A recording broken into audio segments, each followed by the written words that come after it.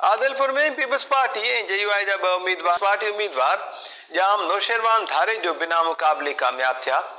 आज़ाद उम्मीदवार Tariq culvert peoples party उम्मीदवार जे हक़ में हथ खणी वियो। तफ़सील मालूम कयो था टाइम न्यूज़ आदिलपुर जे रिपोर्टर माजिद अली कलवर खां। माजिद अली, छा अपडेट्स आहिनि तव्हां वटि?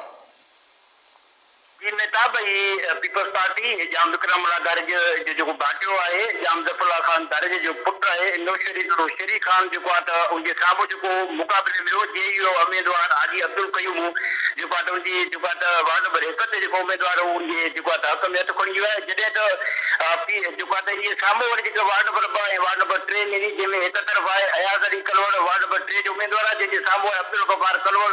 ये जेके आमो साम्हूं पीपल्स पार्टी आज़ाद उम्मीदवार आहे। जॾहिं त वार्ड नंबर जो 2 आहे उन में मुनीर अहमद सोलंकी जेआईओ तरफ़ा आहे, जॾहिं पीपल्स पार्टी तरफ़ा इल्मुद्दीन सोलंकी जो मुक़ाबलो आहे। हिन वक़्तु जो मुक़ाबलो आहे इहो ज़िंदगी जे पहिरें भेरे मिलिया जाम ग्रुप आहे पीपल्स पार्टी तरफ़ा।